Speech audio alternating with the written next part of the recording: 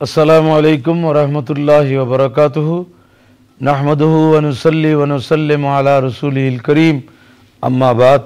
প্রিয় দর্শক, আজ 13ই রমজান, ইফতারের পূর্বে বরকতময় সময়ের মধ্যে উপস্থিত।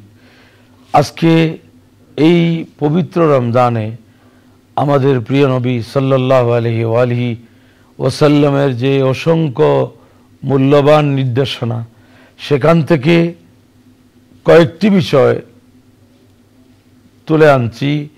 আল্লাহর হাবিব সাল্লাল্লাহু আলাইহি সাল্লাম কবিরা গুনাহ অর্থাৎ মহাপাপ প্রসঙ্গে বলেছেন যে আল্লাহর সাথে শিরক করা, অর্থাৎ আল্লাহ ছাড়া সৃষ্টির কোনো বস্তু বা ব্যক্তিকে আল্লাহর সত্তা অথবা গুণাবলীর মধ্যে সমকক্ষ বলে বিশ্বাস করা।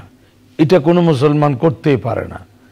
যে শিরক হচ্ছে আল্লাহ তাআলার নিকট সবচেয়ে বড় গুনাহ। পবিত্র কোরআনে পাকে এসেছে যে সবচেয়ে বড় জুলুম হলো শিরক। সেই শিরক থেকে আল্লাহ তাআলা যেন আমাদেরকে হেফাজত করেন। এরপরে রাসূল পাক সাল্লাল্লাহু আলাইহি সাল্লাম মহাপাপের মধ্যে যেটাকে গণ্য করেছেন সেটা হচ্ছে মা বাবার অবাধ্যতা। মা বাবার অবাধ্যচারণ হওয়া, মা বাবাকে কষ্ট দেয়া, এই বিষয়টাকে তুলে এনেছেন।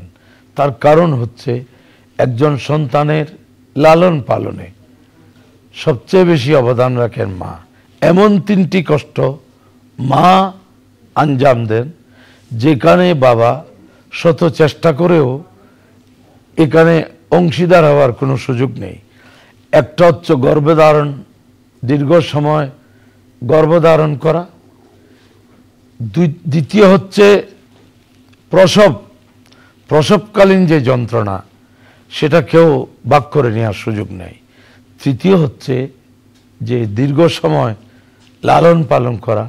যখন একটি সন্তান তার আবেগ অনুভূতি শুধু কান্নার মাধ্যমেই ব্যক্ত করতে সক্ষম থাকে, সেই সময়ে সন্তানের আবেগ অনুভূতি বুঝতে পারা, তার সুস্থতা অসুস্থতা অনুমান করতে পারা, সেই বিষয়টি মাই একমাত্র করে থাকে।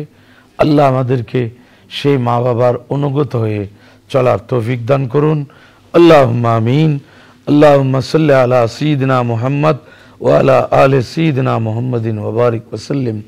রব্বুল আলামিন, আজকের এই বরকতময় সময়ে আমাদের যাদের মা বাবা আজকে কবরবাসী, যারা আমাদের জন্য এমন কষ্ট করেছেন যার আংশিক নয়, একেবারে ক্ষুদ্রতর অংশ পরিশোধ করা আমাদের পক্ষে কোনোভাবেই সম্ভব নয়। আজকে আল্লাহ এই বরকতময় মুহূর্তে তোমার দরবারে ফরিয়াদ করছি, আল্লাহ তুমি আমাদের মা বাবার জীবনের সকল গুনাহ ক্ষমা করে দাও এবং তুমি মেহেরবানি করে আমাদের মা বাবাকে জান্নাতের উঁচু স্থান দান করো, জান্নাতুল ফিরদাউস নসিব করো। ইয়া আল্লাহ, সকল সন্তানদেরকে মা বাবার সন্তুষ্টি অর্জনের তৌফিক দান করো। ওয়া সাল্লাল্লাহু ওয়া সাল্লামা আলা নবিয়িল কারীমিল আমিন ওয়া আলিহি ওয়া আসহাবিহি আজমাইন। আমিন বিরহমাতিকা ইয়া আরহামার রাহিমিন।